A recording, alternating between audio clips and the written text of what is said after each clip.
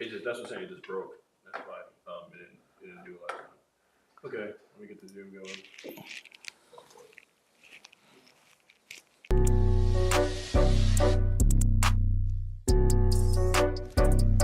Hey guys, V from Sharkfin Shears here. Thank you for tuning in to today's class where we're going to be doing a live haircut, bringing you tricks and tips that you can take this week and use behind the chair.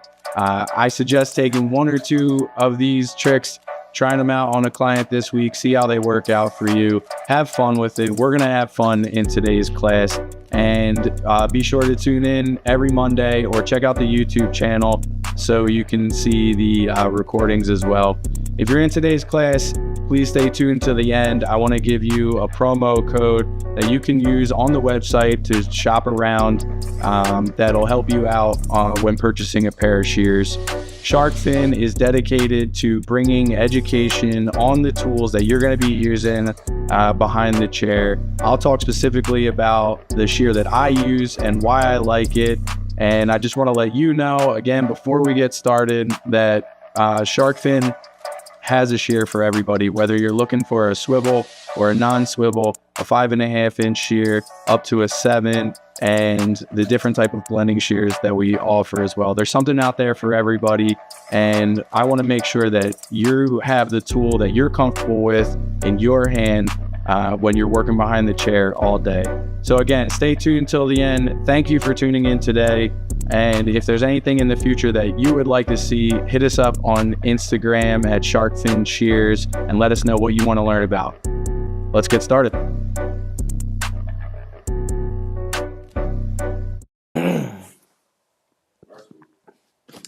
Hey guys, and welcome to another Monday live session with me, Vinny from Sharkfin Shears. Special edition today. We're going to do a military high and tight. We're going to focus on that with Veterans Day. So just want to say a special thank you for everybody out there that's watching that has served our country and helped in protecting our freedoms. So again, just on Veterans Day, saying thanks and just kind of bringing in a haircut that don't do all the time in our location, but it's good to have in the back pocket. And we're going to talk about the small changes that I would do to a normal high and tight fade to kind of bring in that military look. So we're going to go a little bit higher than we normally would with my guest today, and kind of just go from there. So if you're joining us live today on Zoom or on YouTube, you can leave some comments, leave some questions. I always like to leave space for you to introduce yourself. Let me know where you're from, how long you've been cutting for. Are you a student? Have you been cutting for 3 years, 5 years, 10 years? Are you an instructor? What can I provide for you today that would help you with where you are? So again, thanks for tuning in. And without further ado, I will bring in my special guest today, Miles. Miles, come on down. What's up? How are you? Good. How are you? Good. All right. So, if you've been watching Monday sessions, I've been very fortunate to have live models on every class but one so far. So, Miles, thanks for taking time out of your day to be here and join us for this haircut. Miles typically gets a high and tight, but is letting me make some minor adjustments today with what we're going to be talking about. So this is kind of pretty much, we know what we're doing on this haircut. Typically I do a consultation with the client. I haven't cut Miles' hair in probably 6 or 7 years, maybe. That's a long time. I mean, you used to be my regular barber. Now you're too cool for me, man. So, and we weren't doing this haircut. Nah. Well, so when did you switch to this haircut? Maybe why? And then I'm looking at your hair right now and everything. So, is there anything I need to know about before getting started? Not necessarily. My head's pretty easy. Yeah, cool. The only reason I went like this short is because I'm getting bald. Mm-hmm. So it's easier. At least I found like it's easier when your hair's short because it draws the attention away from being bald. All right, so that was a point I was actually going to bring up. So could you elaborate on that? Because I think we're we're educating typically students or beginning barbers. So when you say that going tighter looks better, can you explain a little bit why that is? Yeah, like I can just say by example, like from having my hair longer, like this time last year I had like the faux hawk fade, and had like a faux hawk up top and just like wearing it messy, um, and I thought that looked good until I got a photo taken of me from the side, and I was like, oh, yeah, I got a 5 head, so that was like a kind of awakening for me. That was like, yeah, shorter's just gonna be better for me from now on, but. Yeah. Even like with just clients too, it draws the attention away from the fact that you have receding areas or just thinning areas in general. Yeah. So like my rule of thumb when we're talking about it, the tighter on the side, the fuller it looks on top. Right. So when you talk about areas that are, if you're darker or have more hair on the side and on the back, and then you're lighter somewhere above those areas, when you lighten up those areas, it makes the spots that are naturally lighter or balding or thinning in to look darker. So yeah, I think it's a good match. It's what I've been doing with my haircuts too. I'm dealing with the same issues and everything. So if you have a client coming in, we've talked about what to do to make the receding hairlines look fuller in previous videos. Again, if you have a client with thinner hair on top but still has a decent amount of hair to leave for a haircut, going tighter on the side and then playing on the level at which you're putting that bald fade in really helps make the top look fuller. So something you guys can suggest to your clients if they're dealing with these issues and looking to change it up a little bit. So cool. Anything else you want to add? Why don't you tell them a little bit about yourself, when you started cutting? And I always like to, anybody who's cut hair on the show, I like to, if you had to share anything personal about yourself or to new barbers, what would you want to talk about? Well, like when I was in high school, it was probably my junior year, and I didn't really like know what I wanted to do after high school. I just knew that college wasn't really my thing. And I had never been in a barbershop before because my mom would just like take us out back and do buzz cuts when we were kids. So I didn't actually step foot into a barbershop until, I was a junior in high school. And I went to the Purchasey location for the first time. Yeah. And I got my first skin fade. That was pretty rad. How old were you? I was 16 at the time. Okay. Yeah, and I was like, wow, you guys just talk crap all day and hang out and cut hair. That sounds pretty awesome. Like, sign me up. Nice. So I remember like talking to my parents about it, and at first they were a little skeptical because like at that point in time, like there was still a stigma in the hair industry that barbers don't make a lot of money. Sure. That's not the case at all. But yeah, like once I kind of like educated them a little bit more on like the ins and outs of cutting hair and just like that sort of thing, like they kind of came around to it. Nice. But yeah. Sweet. So you guys are my first can I get experience. him a mic too if we need it? Give him the other mic. No, I can hear him. All right, cool. All right, even with this on. Yeah, Miles. What else you want to share? But yeah, like I remember talking to you guys at that point in time. You guys were still offering like the apprentice program, but I didn't quite have like the availability yet. So I was still in school to start that yet. But I remember because I was seeing you for a while too. Yep. And you were telling me that you guys are moving towards like opening up a school, and that was like Yeah, you were one of the last apprentices. Yep. I was I think the 4th registered student. Yeah. In the first program, so that was pretty cool. Because you came in first. Did you start the apprentice and then go into the school, or were you okay? So you chose to go full school. Yeah. So nice. I graduated and then I worked a couple of months to save up some money before I bit the bullet. Nice. Yeah, man. And then that's been how long now? So I enrolled in August of 2019. So it's been I can't do math. Yeah, it's been 5 years. Yeah. Crazy. That's amazing. Yeah, cool. Man. All right. So, real quick, Miles has a little bit more to the story to fill in. If you're picking up the pieces, I used to cut Miles' hair, and then became a student, works in one of the shops now and everything. So we can uncover a little bit more from the journey as well.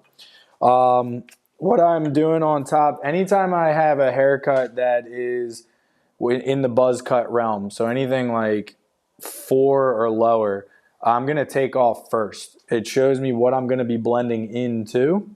So I always like to clear out hair on the top, and then I'll go in with my normal fade procedure from there. I got a 3.5 rotary clipper on, and just to be able to move through the top cutting easier. And then when was your last haircut? I mean, were you going every 2 or 3 weeks? Yeah, like every 2 weeks. Yeah, cool. So if when you're clearing on top, if you're not sure, bring it down to the sides, clear out the rest of it, just so you have a gauge as to what you're cutting into. Having been cutting for a while and seeing what Miles' length is at, I can kind of gauge it's already maybe between like a 1.5 and a 2. Let's get him mic'd up. Huh? Let's get him mic'd up. Miles? Yeah. Yeah, get him mic'd up. Cool. You just gonna do the clip? Yep. Cool. All right. So Des is coming over. He's gonna mic Miles up. That's what happens when we do a live segment here. I'm gonna talk about where I'm gonna put the fade line. So I got a 3.5 on top. We're gonna again go aggressively high with this haircut. I want to leave Miles's outline, front hairline, visible and strong. So sometimes for a high and tight, you can come complete horizontal and extremely high. What that does is that takes away your outline in the front, and to be able to line up the front, even if you're not going aggressive lineup, but just line it up natural so it looks sharp, and then leaving that front hairline here gives a really, really strong look, and then also creates that light to dark look that we want. So I'm going to start it down just above Miles's temple, but then I'm going to move up on the angle here. And that angle is going to leave us at the mid to high crown in the back and create this aggressive high and tight look. I'm seeing some other things with Miles's hair that'll be helpful as we continue, and I'll point that out. In previous classes, I've talked about an A. So here's the A line, here's the angle that we're gonna follow. So if you're just starting out with fades, and then here's the B. Ooh, this is gonna be really high. You okay with this? I'm fine. Oh man, you're not scared? Nah, man, I've been bald before. Alright. Hey, have you bicked your head before? I have, yeah. Yeah, me too. Carl shaved it for me 2 years ago. Nice. And I was like, yeah, cool. I don't mind this. That's awesome. Felt like I was looking 10 years ahead. Nice.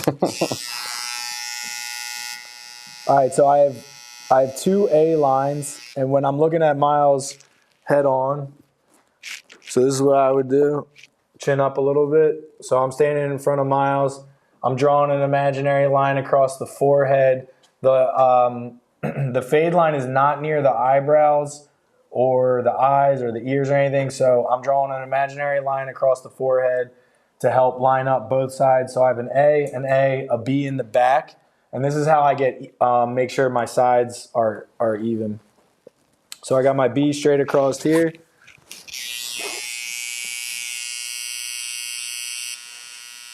Just that line a little bit. And now I'm just going to connect them.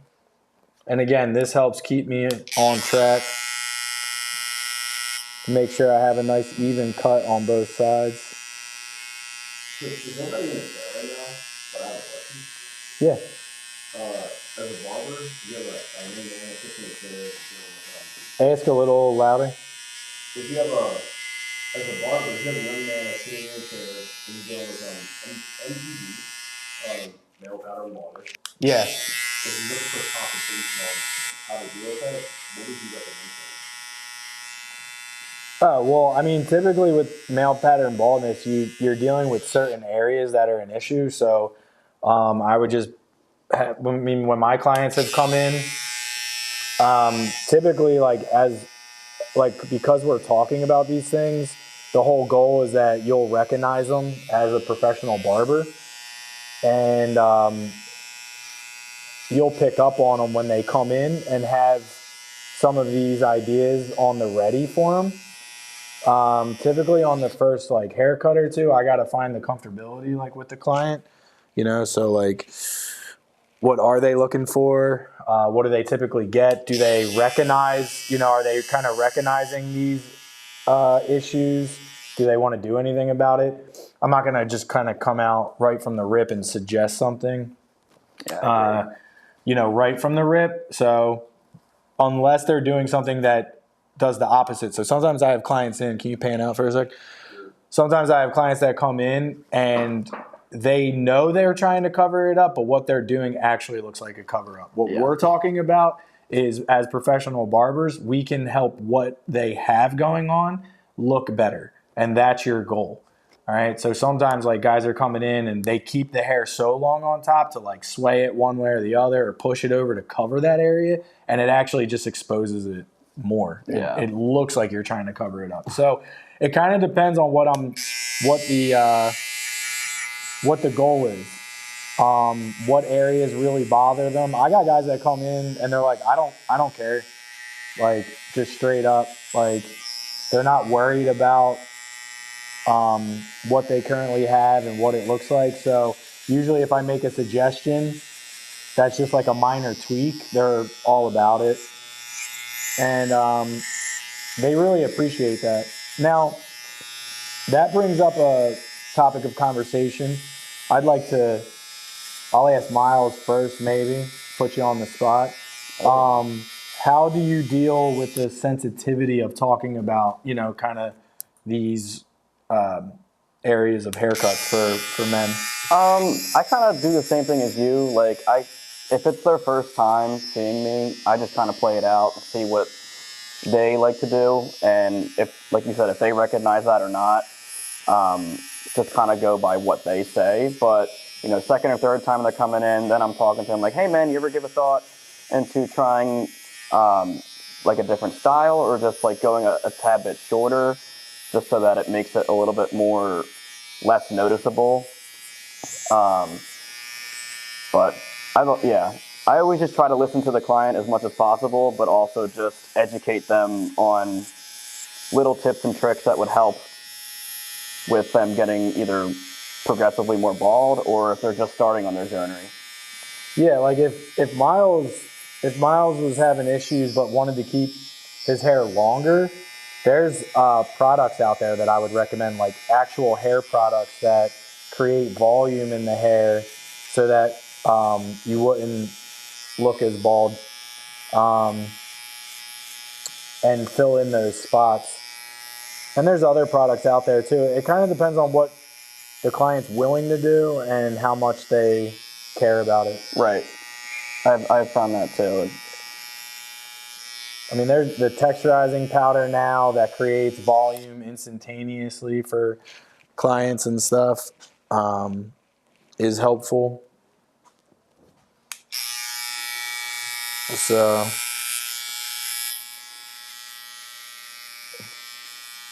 and you typically start to see the same things over and over again. Like, it was funny, like Miles said, he came in and got a skin fade. Like, I think typically there's like this idea of like the rite of passage in haircuts. So like, I think typically younger gentlemen aren't getting skin fades unless it's suggested by their parents. And when a kid gets like their first fade, it's like a big deal. Yeah. No, literally. I remember it. It's like a christening. Yeah, it is. It's like the rites of passage at the barbershop. Like, you sit on mom or dad's lap if you're going to a barbershop that young. You sit in the chair by yourself. Right, lollipop in your mouth. Yeah, lollipop. Like, you're not scared anymore, stuff like that. Yeah. It's like, especially like when you're a young boy, and like, As soon as they start going to the bathroom, your mom starts going to the bathroom. All different types of rites of passages we could talk about. All right, so I got the foil shaver. This tool is so versatile. I'm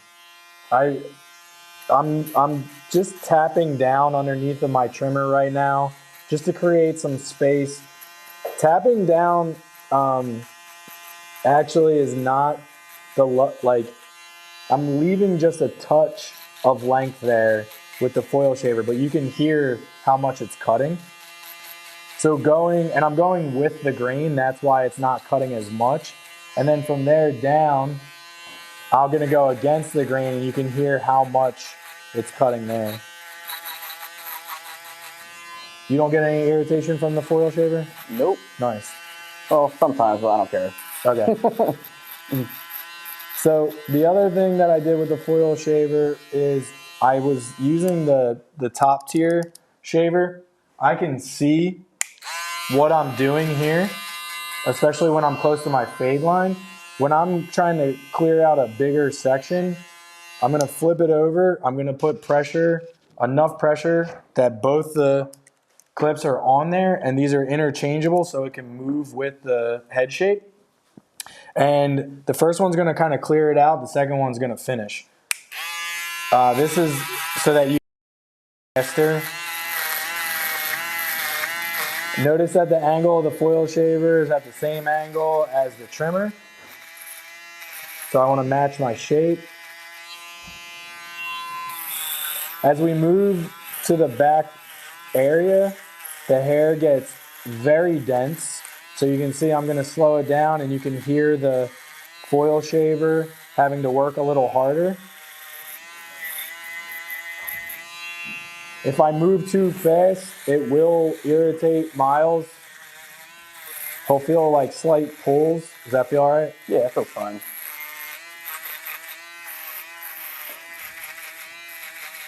Let's bring up a topic real quick for barbers. All right. Sure. So, have you noticed the second foil shaver you buy, the replacement, never feels as it cuts as well as the one that it comes stock with? You've noticed that? That's interesting. I've never really noticed that before. Check it out next time. I've talked to a few barbers about this, and we've been wondering if there's something slightly different with the replacement blades. That's interesting. And foil heads. I always notice like a night and day difference when you change an old blade. Oh my gosh. It's amazing. It's like, oh, my skin fades aren't taking as long now. It's great. Yeah. I mean, with that being said, we can just touch on that. So with the foil shaver, guys, the replacement blades on the inside, the foil head on the outside. If it's not moving through hair, you'll feel it, hear it in the hand. Your client will feel it. Like right now, I'm cutting another barber, so I'm like, I mean, does this feel fine? Oh, it feels perfect. Okay. Yeah. But yeah, if you're doing a lot of skin fades, and make sure you always have the replacement set in your cubby. Because when this thing goes, if you just keep using the same blades over and over again, it's gonna again irritate your client and make you work harder behind the chair. Make sure you empty it too. Shake it out. Yeah, if you're not disinfecting your foil shaver, we got a problem. We got a big problem. Oh yeah. Go back to chapter 4, man. That's awesome.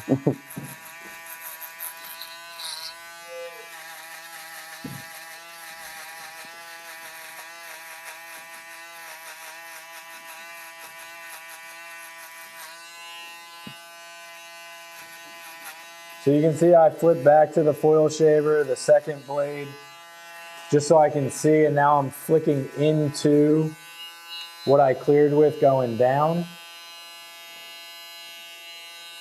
See one little hair that I missed.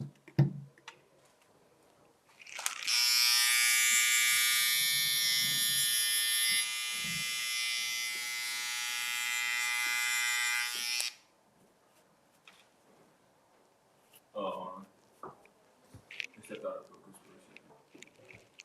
You just set this into the camera.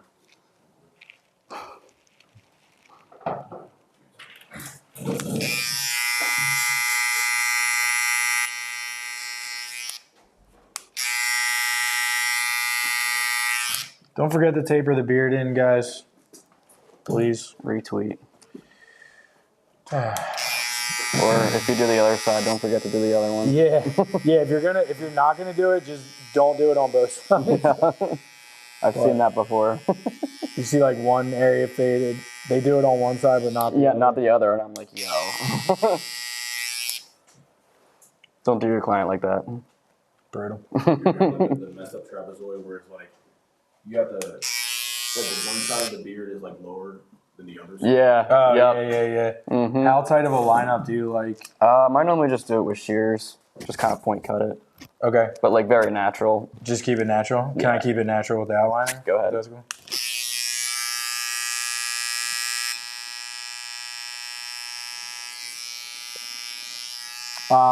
I think it's a good question to ask. Not everybody, when they get a buzz cut or a haircut like this, wants their outline to be prominent.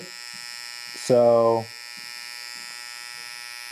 just finding that natural lineup for your client. When we're saying natural, I just take it into where I see the line starting to form and just leave it there. Remember, you can always take hair off. You can't put it back on. So when like I said, I haven't cut Miles in a while. So I'll go through my lineup, take off what I think is like necessary, take into consideration what he said because I asked the question. Don't ask a question unless you're going to do it. And I would highly recommend asking the question. Too many people, they half listen. They already have an answer in their head. They ask the question, and then they just do what they're going to do anyway, which is super annoying for someone who's sitting in the chair paying for a service, and you're asking them what they want and then not giving it to them. So that is how you lose clients. Just be mindful of that. It's such a simple, like you just said, that's how you lose clients. It's one of the most simple ways to keep a client. Literally. I've had just always ask questions. If you're not sure, just always ask. Yeah. It never hurts to ask. And if you hit it, then you got almost a client for life. Mm-hmm. So cool. All right, we're gonna go in with open no guard.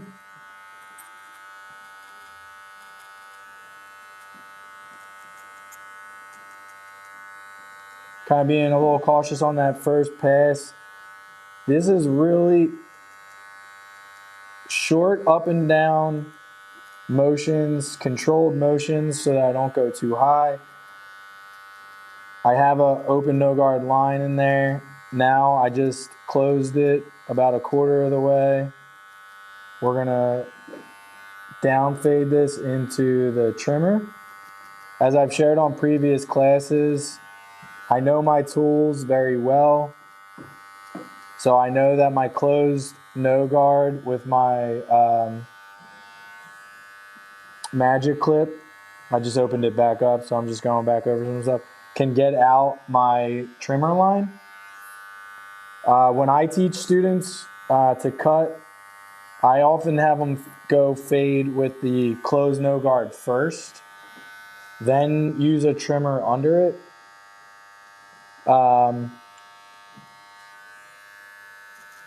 So they can be lighter with their trimmer and kind of flick the line out first. I find that people kind of punch that line in a little too hard their first go around. Yeah. So now moving to the back panel, following that guide, moving up the head. And I will say about a pinky width for some room. Closing it a quarter, working down. There we go. Des, how's that looking? Yeah. You call me short? No, the chair's just low. I'm also just short. You said it. Yes. Good. Chin up just a little bit. And again, you can see that, Des. It looks a little washed out for me. Yeah, I can see it. Again, for haircuts like this, short, controlled movements, and make sure you're staying at the same angle or shape that you used for your fade line. I see people put the fade line in correctly, and then when they go to use their adjustable, they turn and go horizontal, and then they're not cutting enough, or they're cutting into their shape, and then it just loses the framework that you put in. What was one of the things that helped you with skin fades, Miles? Like when you were learning how to do stuff?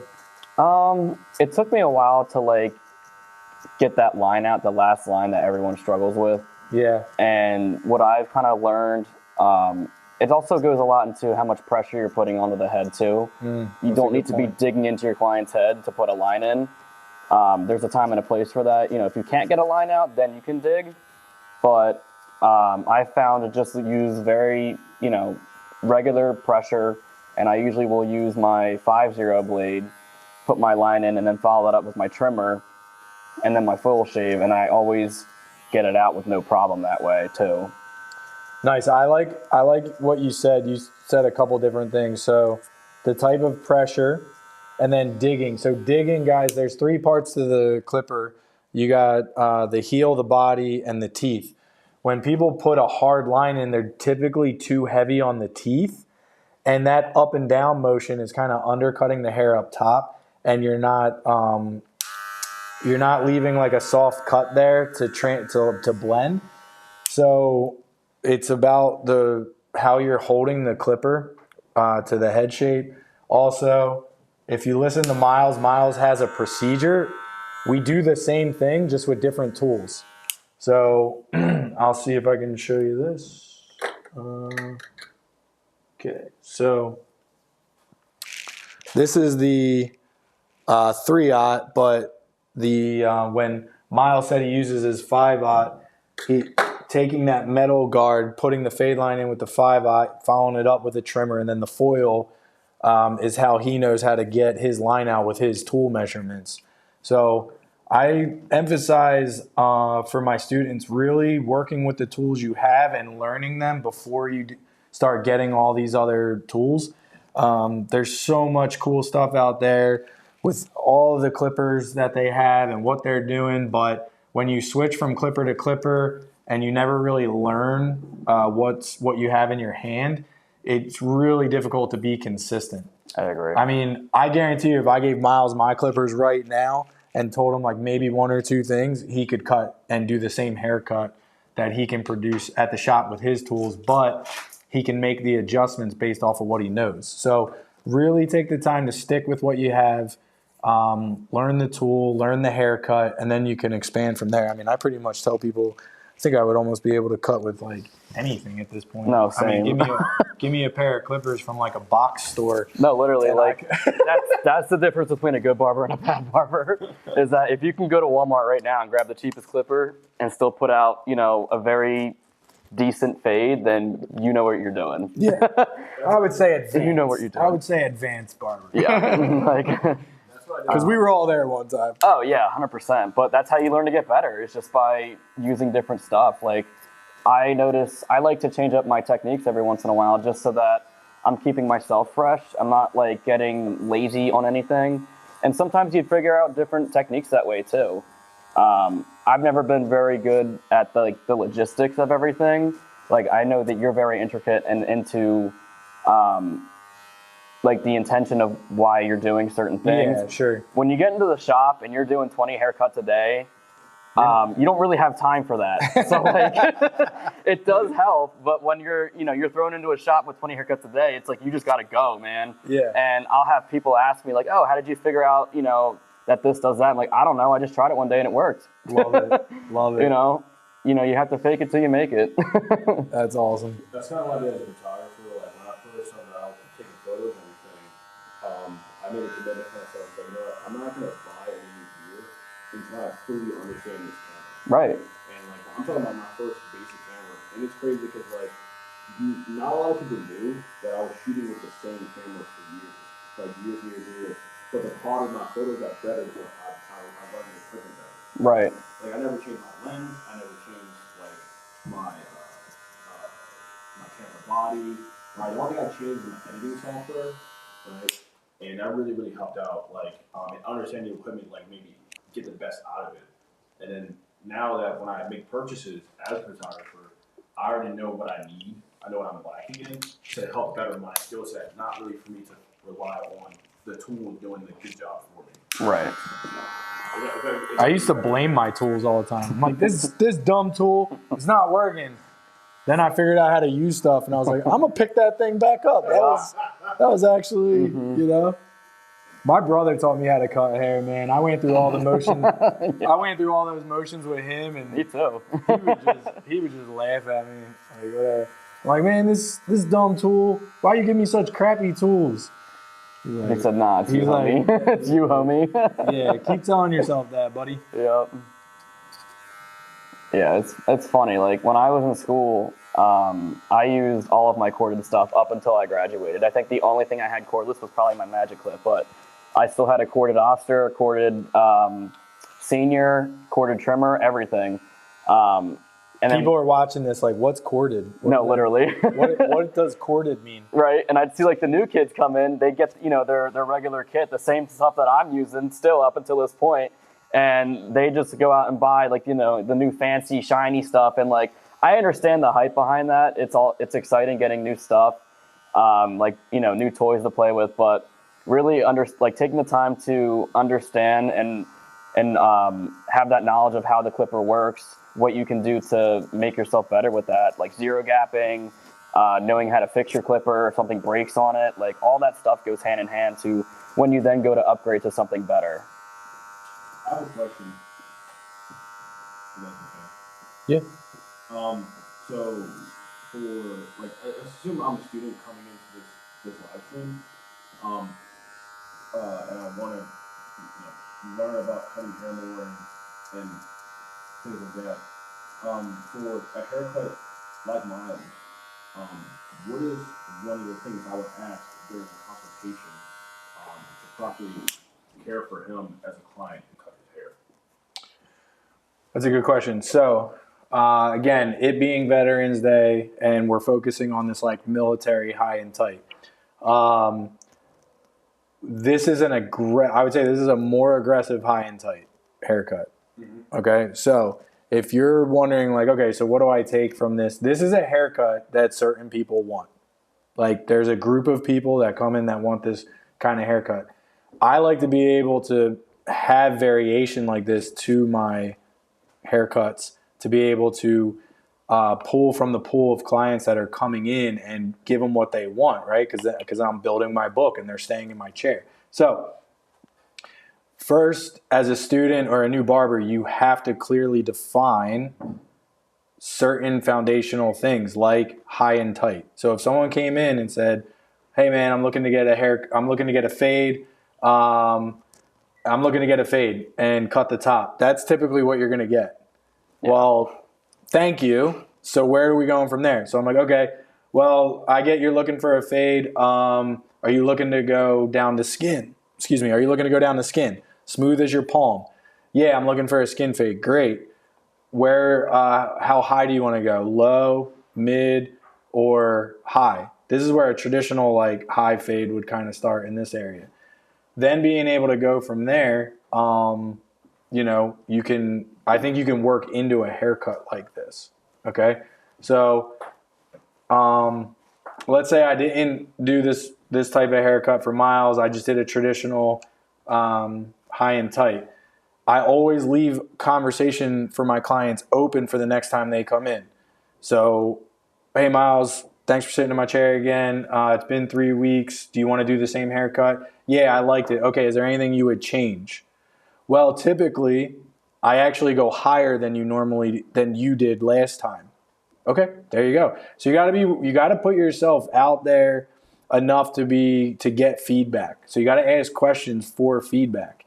The first time a client sits in my chair, the target, we talked about the bullseye target or a target. You're just trying to hit the target, and then the second, third, fourth time, you should be pretty much on or around that bullseye for them for what they're looking for, and your clients will give you that chance if you're looking to give them exactly what they're asking for.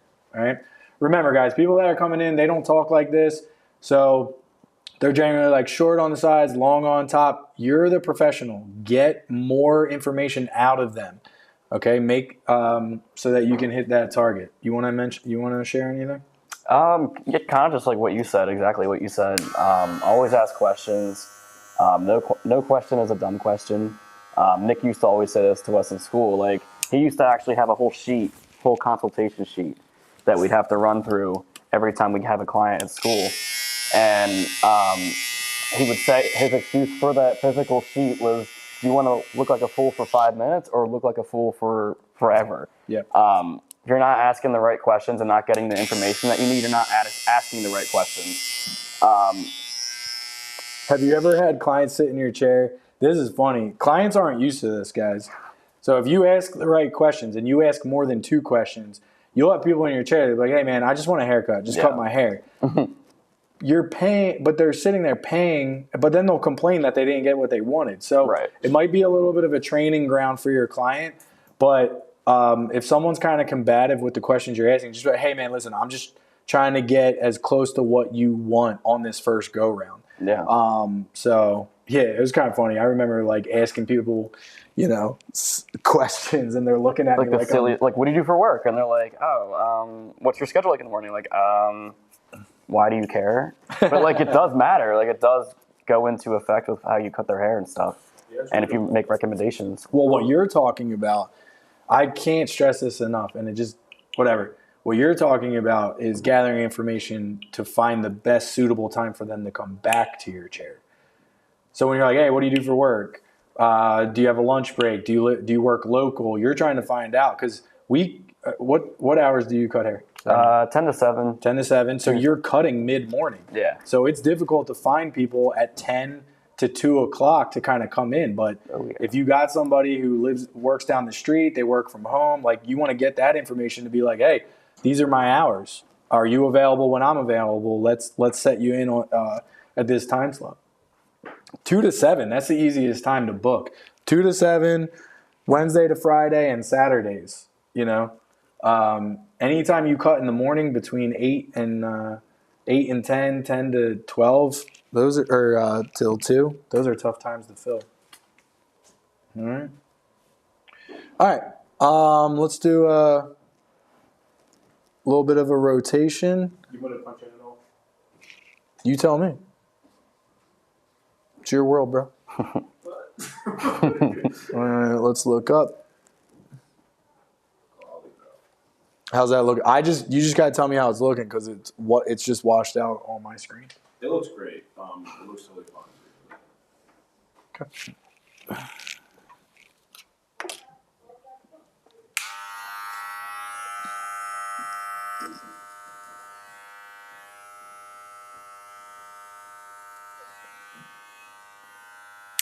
I want to see this side a little bit more.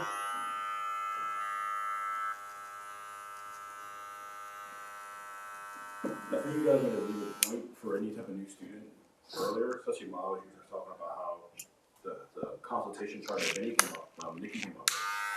And that's something we do in our business. When we're like talking to our wedding clients and all that stuff, we actually send them a list of like shop stuff that they desire. Because like that's helpful to serve them in the best way. If that makes sense. And in the end, it's like, even though you're a barber and you typically as a barber work for somebody, like in somebody else's business or organization, this is still your own specific business. If that makes sense. Yeah. As you're building a book and everything. So, yeah, I think that the consultation chart is a really, really good idea. Actually, we have like a little piece of paper, like, okay, I'm gonna ask you these series of questions to get the best haircut for you. And it works every single time without And here- fail. And the other thing is once you nail that down, like typically the people in your chair, they want the same haircut every time they come in. Once you nail it down, so if you do the work up front, it's it's less work later on. So, all right. So it's just again in lieu of knowing your tools and everything. I know we pretty much did an all clipper cut today, which is fine. I like to add in the scissors, where I can, but just knowing having the right tool for the job is basically the theme. And I would like to encourage any of you guys that are out there looking to expand on the tools needed for your scissor work. Please take a look at sharkfinshears.com. We have something for everybody. Really excited about what Sharkfin does to build their shears out to fit your hand the way that you need it to. So anything from a still handle to swivel, from 5 1/4 up to 7, and all of the texturizing shears. So take a look at online. If you stuck with us for this show today, if you're on our website and you're looking to make a purchase, please use promo code VP20 at checkout to get 20% off anything from our Pro line up. And like I said, having the right tool for the job. Take a look at Sharkfin for whatever needs you have currently with your shear work.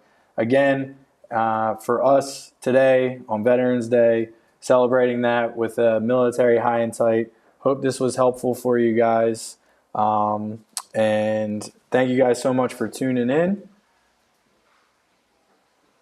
We'll be back next Monday at 1 o'clock. If you need anything in between, please reach out to us on Instagram or education@sharkfinshears.com. Give us your feedback. What are you looking for? What did you like? What do you want to see in the future? Have a wonderful week. We'll talk to you guys soon. Say bye, Miles. Bye. You said coach. Yeah.